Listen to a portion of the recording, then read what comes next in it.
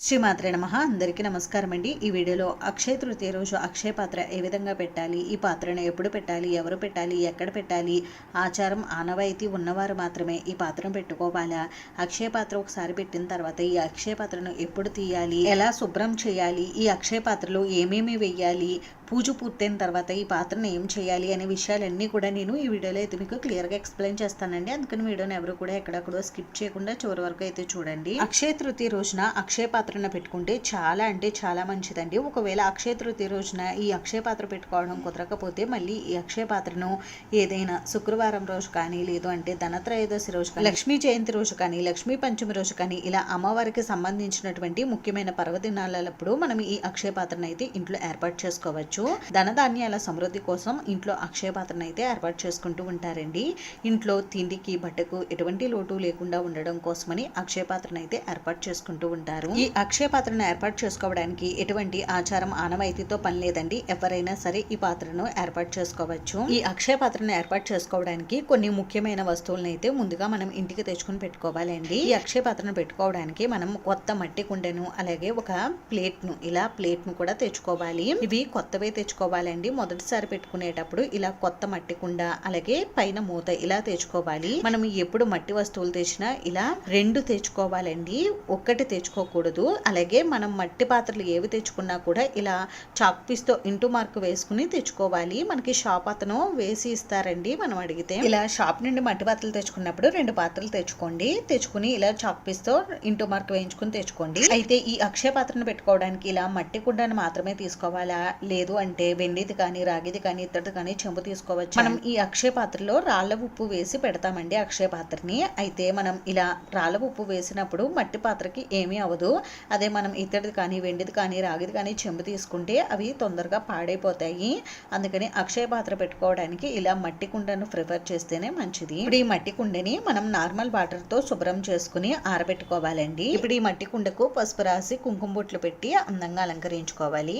అందుకోసం ఒక కప్పులోకి పసుపు తీసుకుని అందులో కొద్దిగా జవాది పౌడరు, పచ్చకర్పూరం వేసుకుని రోజ్ వాటరు, నార్మల్ వాటర్తో పసుపును బాగా కలుపుకుని ఈ మట్టి పాత్రకు అప్లై చేసుకోవాలి.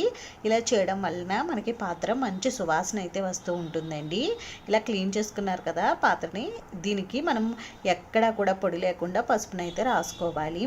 పసుపు రాసిన తర్వాత ఈ మట్టి పాత్ర పైన శ్రీం అనే బీజాక్షరాన్ని అయితే రాసుకోవాలండి. కుంకుమతో రాసుకోవాలి. అలాగే కుంకుమతో బొట్లు పెట్టి మీరు మట్టి పాత్రను ఏ విధంగా అలంకరించుకోవాలనుకుంటే ఆ విధంగా అయితే అలంకరించుకోవచ్చు. ఇలా ఈ అక్షయ పాత్ర ఎప్పుడు కూడా నిండుగా పసుపు కుంకుమలతో కలకల్లాడుతూ ఉండాలి. ఏ ఇంట్లో అయితే అక్షయ పాత్ర ఉంటుందో ఆ ఇంట్లో ధనధాన్యాలకు ఎటువంటి లోటు లేకుండా అన్నీ కూడా సమృద్ధిగా ఉంటాయని అంటారండి. ఎందుకని అంటే ఇంట్లోకి ఏవి అవసరం ఉంటాయో అవన్నీ కూడా ఈ అక్షయ పాత్రే సమకూరుస్తుందని అంటారు. అందుకని అక్షయ పాత్రను ఇంట్లో ఏర్పాటు చేసుకోవడం వల్ల ఇంట్లో వేటికి లోటు లేకుండా అన్నీ కూడా సమృద్ధిగా ఉంటాయని అంటారు. దీనికి ఒక చిన్న కథ కూడా ఉందండి. పురాణాల ప్రకారం మహాభారతంలో పాండవులు వనవాసానికి వెళ్తున్న సమయంలో వారి వెంట చాలా మంది బ్రాహ్మణులు అయితే వనవాసానికి వెళ్తారటండి. సుమారు ఒక 10,000 మంది ఉంటారట. అయితే పాండవులకు వీరందరినీ ఎలా పోషించాలో తెలియక పాండవులు తీవ్రంగా ఆలోచిస్తున్న సమయంలో అప్పుడు పాండవులలో ఒకరైన ధర్మరాజు ఎండలో నిలబడి సూర్యుని ప్రార్థించగా కరుణించిన సూర్యభగవానుడు పాండవులకి అక్షయ పాత్రను ఇచ్చారట.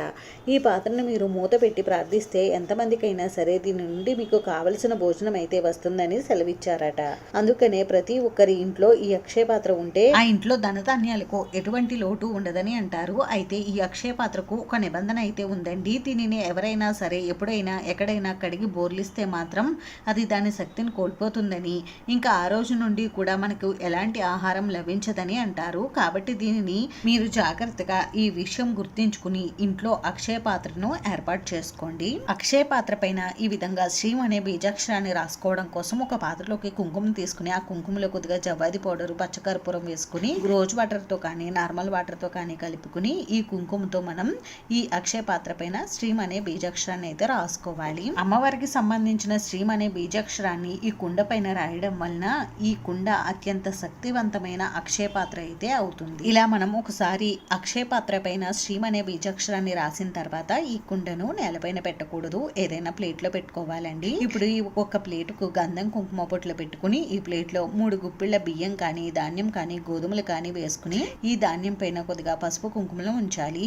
లేదు అంటే మీరు నార్మల్గా ప్లేటు పైన గంధం కుంకుమ పొట్లు పెట్టి కూడా మీరు ఈ అక్షయ పాత్రను అయితే ఏర్పాటు చేసుకోవచ్చు. ఇలా ఏదైనా ప్లేట్లో అయితే మనం అక్షయ పాత్రను ఏర్పాటు చేసుకోవాలండి. ఈ ప్లేటు ఇత్తడిది కానీ రాగిది కానీ వెండిది కానీ తీసుకోవచ్చు. ఇప్పుడు ఈ ధాన్యం పైన అక్షయ పాత్రను ఏర్పాటు చేసుకుని ఈ అక్షయ పాత్రలకి కొద్దిగా పసుపు కుంకుమ గంధం అక్షింతలు కొద్దిగా చపాతీ పౌడరు పచ్చకర్పూరం వేసుకుని ఇప్పుడు 3 గుప్పిళ్ళు కానీ 5 గుప్పిళ్ళు కానీ రాళ్ళ ఉప్పునైతే వేసుకోవాలి.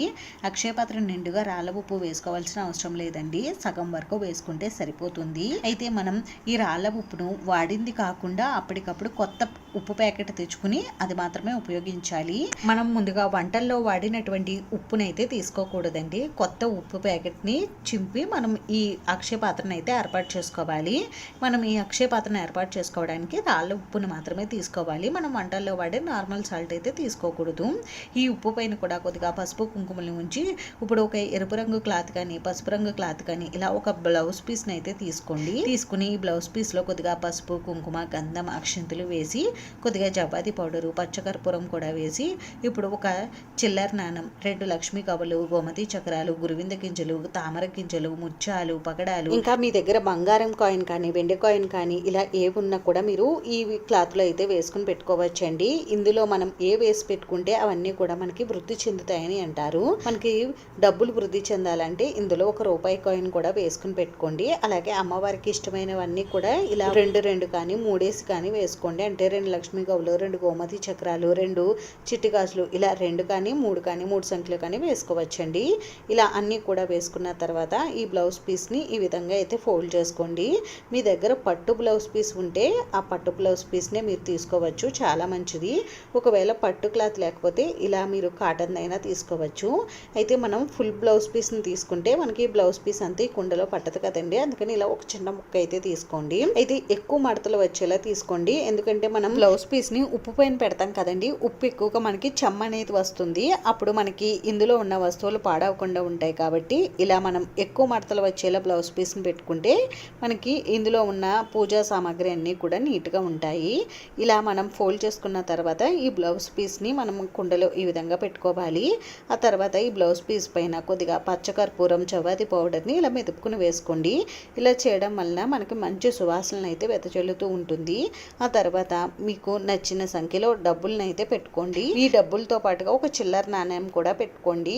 మనకి మొదటిగా వచ్చే శాలరీ అలాగే మనం ఏవైనా వ్యాపారం నుండి వచ్చినటువంటి మొదటి సంపాదనను ఈ అక్షయ పాత్రలో ఈ విధంగా అయితే పెట్టుకోండి. నేనైతే ఇక్కడ 200 అలాగే ఒక చిల్లర నాణ్యం పెట్టుకున్నాను. మీరు 200 కానీ 300 కానీ ఇలా ఎన్ని అయినా డబ్బులు పెట్టుకోవచ్చండి. డబ్బులతో పాటుగా ఒక చిల్లర నాణ్యం కూడా పెట్టుకోండి. మనం ఈ అక్షయ పాత్రలో డబ్బులు ఉంచడం వలన మనకి ఇంట్లో ధనానికి ఎటువంటి లోటు ఉండదండి. అందుకని ఈ అక్షయ పాత్రలో డబ్బులు ఉండేలా చూసుకోండి. అయితే మనం ఈ అక్షయ పాత్రలో పెట్టినటువంటి డబ్బుల్ని ఎప్పుడు తీయాలి అని అంటే పెట్టిన రోజు తీయకూడదండి. ఈ డబ్బులు ఒక రోజు అయినా ఉండాలి ఈ అక్షయ పాత్రలో, అంటే ఒక రాత్రి గడవాలి. ముఖ్యంగా మనం ఈ అక్షయ పాత్రలో పెట్టిన డబ్బుల్ని మంగళవారం తీసుకుంటే చాలా మంచిదండి. ఎందుకంటే మంగళవారం మారు కోరుతుందని అంటారు. అందుకని మంగళవారం తీసుకోండి. లేదంటే శుక్రవారం కూడా తీసుకుని మీరు డబ్బులు దాచుకునే చోట అంటే బీరువాలో పెట్టుకోవచ్చు. అయితే ఈ అక్షయ పాత్రలో పెట్టిన డబ్బుల్లో మొత్తం డబ్బులు తీయకూడదండి. మనం రూపాయి కాయిన్ పెట్టాం కదండి, ఆ రూపాయి కాయిన్ మాత్రం ఉంచేయాలి, మిగిలిన డబ్బులు తీసుకోవచ్చు. మళ్ళీ మనకి శాలరీ వచ్చిన తర్వాత కొద్దిగా అమౌంట్ తీసి ఈ అక్షయ పాత్రలో పెట్టుకోవచ్చు.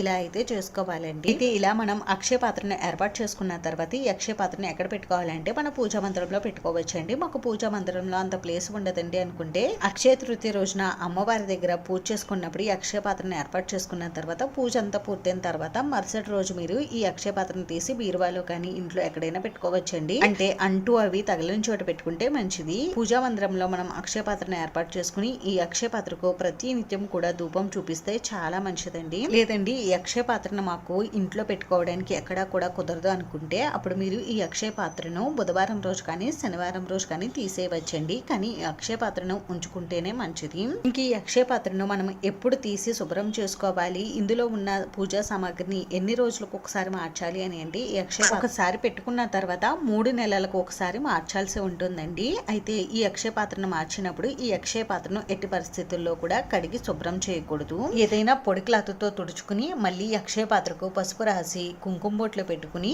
మళ్ళీ ఈ అక్షయ పాత్రలో ఉన్న పాత ఉప్పు తీసేసి కొత్త ఉప్పు వేసి మళ్ళీ మనం కొత్తగా అక్షయ పాత్రను అయితే ఏర్పాటు చేసుకోవాలి.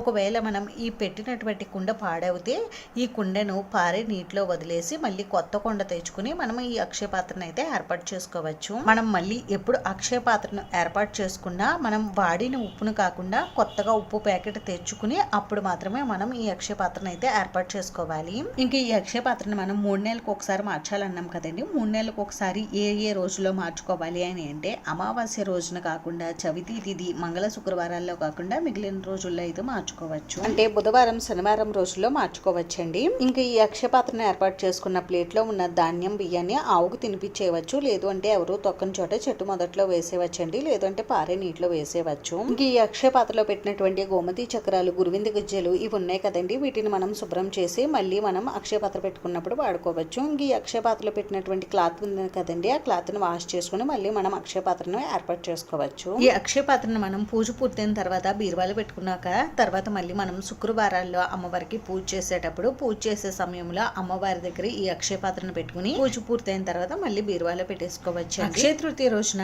ఇలా అక్షయ పాత్రను ఏర్పాటు చేసుకోవడం వల్ల ఇంట్లో ధనధాన్యాల సమృద్ధి ఉంటుందని, ఇంట్లో ధనధాన్యాలకు ఎటువంటి లోటు ఉండదని అంటారండి. అక్షయ తృతీయ రోజు అక్షయ పాత్రను ఈ విధంగా అయితే ఏర్పాటు చేసుకోవాలి. ఇంకా ఈ అక్షయ తృతీయ రోజున అక్షయ పాత్రతో పాటుగా చాలా మంది కుబేర కుంచాన్ని ఇంకా కుబేర కుండల్ని కూడా ఏర్పాటు చేసుకుంటూ ఉంటారండి. కుబేర కుండలు ఎలా ఏర్పాటు చేసుకోవాలి అనే వీడియో కూడా మన ఛానల్లో ఉన్నాయండి. ఛానల్లోకి వెళ్ళి ఆ వీడియోలో అయితే మీరు చెక్ చేసుకోవచ్చు ఇంట్రెస్ట్ ఉండే. ఇంక మేము ఆల్రెడీ అక్షయ పాత్రను ఏర్పాటు చేసుకున్నామండి. మరి మళ్ళీ మేము ఈ అక్షయ తృతీయ రోజు అక్షయ పాత్రను ఏర్పాటు చేసుకోవాలని అంటే అవసరం లేదు. పాత అక్షయ పాత్రని అంటే ఈ రోజు పాత అక్షయ పాత్రలో ఉన్న వస్తువులన్నీ కూడా మార్చి కొత్తగా మళ్ళీ అక్షయ పాత్రలో వస్తువులన్నీ వేసి ఈ అక్షయ తృతీయ రోజు పూజలో అమ్మవారి దగ్గర పెట్టుకోండి. అంతేనండి. చూసారు కదా అక్షయ తృతీయ రోజు అక్షయ పాత్రను ఏ విధంగా ఏర్పాటు చేసుకోవాలనేది.